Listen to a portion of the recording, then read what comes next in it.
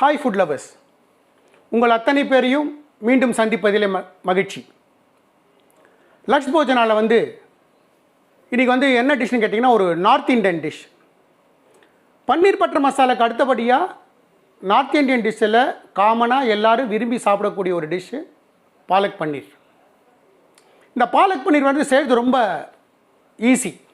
But ஆனால் preparation சமைக்கிறதுக்கு முன்னாடி தேவையான சில பொருட்களை நம்ம ரெடி பண்ணி வச்சுட்டோம்னா ஜஸ்ட் 15 to 20 மினிட்ஸில் ரெடி பண்ணிடலாம்.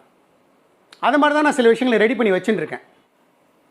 நாங்கள் இங்கே 2 கட்டு பாலக்கீரை வச்சுருக்கேன்.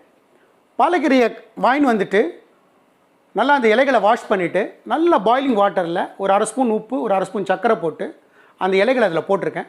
ஒரு 2 மினிட்ஸ் பாயில் ஆனதுக்கப்புறம் அடுப்புலேருந்து அதை எடுத்து கம்ப்ளீட்டாக வாட்டர் ட்ரெயின் பண்ணதுக்கப்புறம் அந்த பாலக்கீரை ரூம் டெம்பரேச்சர் வந்ததுக்கப்புறம் அதை நல்லா மிக்சியில் போட்டு ஃபைன் பியூரி அரைச்சி வச்சுருக்கேன். 2 கட்டு பாலக்கீரோட பியூரி வச்சுருக்கேன்.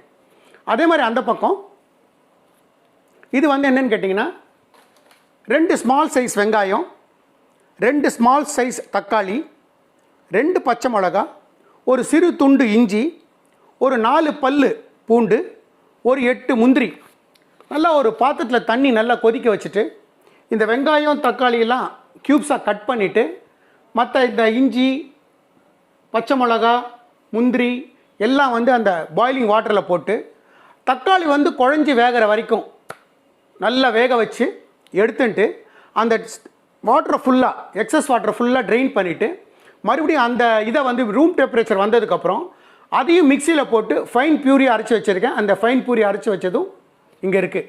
இது 2 ரெடி ஆகிடுதுன்னா நான் சொன்ன மாதிரி ஜஸ்ட் 10 to 15 மினிட்ஸில் இந்த பாலக்கீரை ரெடி பண்ணிடலாம். இப்போ இந்த 2 பொருள் நான் சொல்லிட்டேன். அதை தவிர இதுக்கு தேவையான பொருட்கள் என்னென்னு பார்த்தீங்கன்னா இங்கே நான் ஆயில் வச்சுருக்கேன், அன்சால்டட் குக்கிங் பட்டர் வச்சுருக்கேன், பன்னீர். நான் லாஸ்ட்லேயுமே பன்னீர் பட்டர் மசாலா செய்யும்போது உங்களுக்கு சொன்னேன் பன்னீர் எப்படி யூஸ் பண்ணுறது. கடையிலேருந்து வாங்கினதுக்கப்புறம் க்யூப்ஸாக நல்லா ப்ளெயின் வாட்டரில் ரன்னிங் வாட்டரில் வாஷ் பண்ணிவிட்டு அதை க்யூப்ஸாக கட் பண்ணி வார்மாக இருக்கக்கூடிய வாட்டர் தொட்டால் கை சுடணும் ஸ்லைட்டாக அந்த மாதிரி இருக்கக்கூடிய தண்ணியில் ஸ்லைட்டாக உப்பை போட்டு இங்கே வச்சுருக்கேன். அந்த மாதிரி பண்ணிங்கன்னா இந்த பன்னீர் ஸ்பாஞ்சு மாதிரி இருக்கும். ஸோ அந்த மாதிரி ரெடி பண்ணி வச்சுருக்கேன்.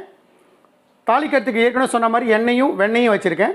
இங்கே ஒரு பிரிஞ்சி இலை வச்சுருக்கேன், ஜீரகம் வச்சுருக்கேன் ஒரு அரை ஸ்பூனு, ஒரு பட்டை வச்சுருக்கேன் ஒரு 4 துண்டு, ஏலக்காய் வச்சுருக்கேன், ஒரு 4 லவங்கம் வச்சுருக்கேன்.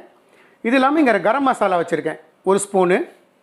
இது ஜீரகத்தூள் 1 ஸ்பூன் வச்சுருக்கேன், தனியாத்தூள் 1 ஸ்பூன் வச்சுருக்கேன், காரப்பொடி 1 ஸ்பூன் வச்சுருக்கேன். இங்கே ருசிக்கு ஏற்ற மாதிரி உப்பு வச்சுருக்கேன். இங்கே சர்க்கரை வச்சுருக்கேன். இந்த சர்க்கரை 2 விஷயத்தை பேஸ் பண்ணி சர்க்கரை யூஸ் பண்ணுறேன். என்னன்னு கேட்டிங்கன்னா நார்மலாக இந்த மாதிரி நார்த் இந்தியன் டிஷ் பண்ணும்போது நீங்கள் அந்த வெண்ணெயும் எண்ணெயும் விட்டு ஸ்லைட்டாக சூடானதுக்கப்புறம் அந்த ஒரு 1/4 ஸ்பூன் சர்க்கரை போட்டிங்கன்னு வச்சுங்களேன், என்ன அதோட ரிசல்ட் என்னவாக இருக்குன்னு கேட்டிங்கன்னா ஒன்று இங்கே இருக்கிற எல்லா இன்க்ரீடியன்ஸோட ஃப்ளேவர்ஸையும் என்ஹான்ஸ் பண்ணி கொடுக்கும். நம்பர் 1. நம்பர் 2, இந்த எல்லாமே யூஸ் பண்ணி இந்த ஃபைனல் ப்ராடக்ட் வரும்போது அந்த ப்ராடக்ட் மேலே அந்த டிஷ்ஷு மேலே ஒரு கிளேசி ஒரு பளபளப்பு தன்மையை கொடுக்கும். ஒரு சின்னதாக ஒரு பிளாஸ்டிக் போத்தினா மாதிரி இருக்கும். அந்த ஃபினிஷை கொடுக்கறதுக்காகவும் சர்க்கரை யூஸ் பண்ணலாம். ஸோ சர்க்கரை வச்சுருக்கேன். இங்கே டேஸ்ட்டுக்கு ஏற்ற மாதிரி உப்பு வச்சுருக்கேன். கடைசியாக ஃபினிஷ் ஆகி வரும்போது ஃப்ரெஷ் க்ரீம் வச்சுருக்கேன் ஒரு 2 ஸ்பூன். மஞ்சத்தூளும் கொத்தமல்லி நறுக்கி வச்சுருக்கேன் ஃபைனலாக கார்னிஷ் பண்ணுறதுக்காக. இதுதான் இந்த பாலக்கீரை செய்கிறதுக்கு தேவையான பொருட்கள். வாங்க எப்படி செய்கிறதுன்னு பார்ப்போம். கடாய் வச்சுருக்கேன், ஸ்டவ் ஆன் பண்ணிக்கிறேன். இது நல்லா ஹீட் ஆகி வரட்டும். ஃபஸ்ட்டு இப்போது குக்கிங் பட்டர்,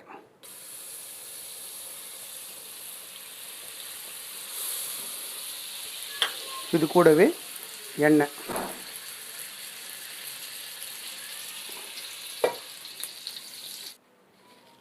இப்போது இந்த வெண்ணெயும் எண்ணெயும் நல்லா சுட்டெடுத்து நான் சொன்ன மாதிரி கொஞ்சமாக சர்க்கரை போட்டுட்டு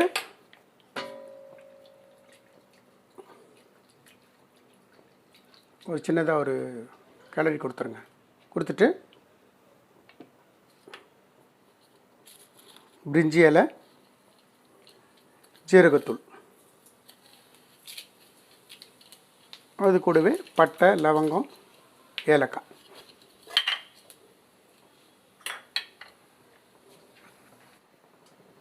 இப்போது நம்ம இந்த அரைச்சி வச்சுருக்கிற வெங்காயம், தக்காளி,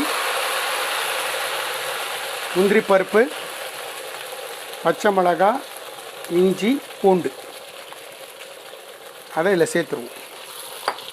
இப்போ அரை ஸ்பூன் ஒரு மஞ்சத்தூள் போட்டுடலாம். இப்போ ஒரு 5 நிமிஷமாக இது நல்லா கொதிச்சுட்டு இருக்கு. இது கூடவே நம்ம அரைச்சி வச்ச அந்த பாலக்கீரை பியூரியை சேர்த்துருவோம். இப்போ நல்லா கொதி வந்துடுது. இப்போ என்ன பண்ணுறேன், காரத்தூள், காரப்பொடி, ஸ்டவ்வை ஸ்லோ பண்ணிட்டேன். காரப்பொடி, தனியா பொடி, சீரகத்தூள் 3 சேர்த்துருக்கேன். இந்த டிஷ்ஷுக்கு தேவையான உப்பு சேர்த்துட்டு உங்களுக்கு தண்ணி சேர்த்துருங்க. ஒரு 2 டம்ளர் தண்ணி சேர்த்துருங்க. சேர்த்து நல்லா ஒரு கலந்து விட்ருங்க. இது நல்லா கொதித்து வரட்டும். ஒரு 5 நிமிஷம் நல்லா கொதிக்கட்டும். இப்போது ஒரு 2 மினிட்ஸ் ஆகிருக்கு. 2 to 3 மினிட்ஸு. இப்போ ஒரு நல்ல ஒரு கலரி கொடுத்துருங்க. ஏன்னா அடி பிடிக்கக்கூடாது. காப்பர் பாட்டமில் செஞ்சிங்கன்னா அந்த ப்ராப்ளம் இல்லை. இப்போ நல்லா கொதிச்சிருக்கு. இப்போ வந்து கரம் மசாலா சேர்க்குறேன். கரம் மசாலா சேர்த்து ஒரு 2 to 3 மினிட்ஸ் கொதிக்கட்டும், போரும். இப்போ பன்னீர் சேர்த்துருவோம்.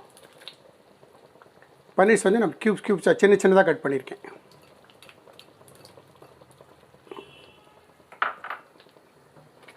ஜஸ்ட் ஒரு கலர். பன்னீர் போட்டு ரொம்ப கொதிக்கணும்னு அவசியம் இல்லை. ஜஸ்ட் ஒரு நிமிஷத்தில் எடுத்துடலாம். Almost ready. இப்போ இந்த ஃப்ரெஷ் க்ரீம்,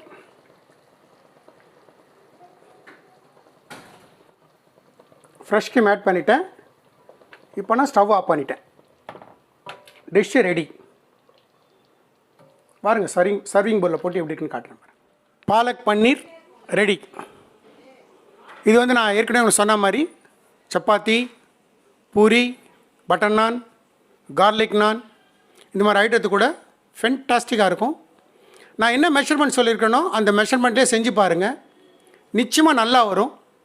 அப்படி நல்லா வந்ததுன்னா கமெண்ட் பாக்ஸில் கமெண்ட் பண்ணுங்கள்.